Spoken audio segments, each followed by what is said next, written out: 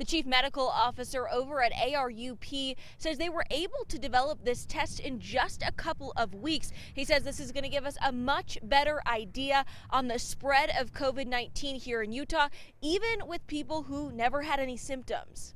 I think this is the next step in testing for COVID-19. ARUP Laboratories started COVID-19 antibody testing at the University of Utah and Intermountain Healthcare this week. That will allow us to identify individuals who have developed immunity against infection who potentially could come back to work. ARUP's chief medical officer says this blood test could be a game changer, giving a new look into the rate of infection and helping those on the front lines potentially know their risk. At this point, I think the target is healthcare workers who have been exposed to perhaps the disease, to try to identify whether they have been obviously become infected with the virus and likely develop immunity. Well, this new test will help us get a much clearer view of the virus.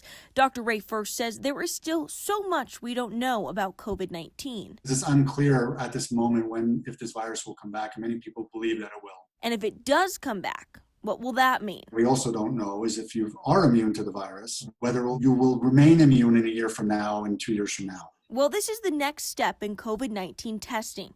It's certainly not the last. Other applications in the near future may also include using this antibody test to determine individuals who've had infection and have recovered from the infection can donate blood which contain antibodies to help others fight the infection. So the chief medical officer for ARUP says the goal is to have this testing available across the state of Utah in the next couple of weeks and then available nationally soon after that. In downtown Salt Lake City, Sydney Glenn, Fox 13 News, Utah.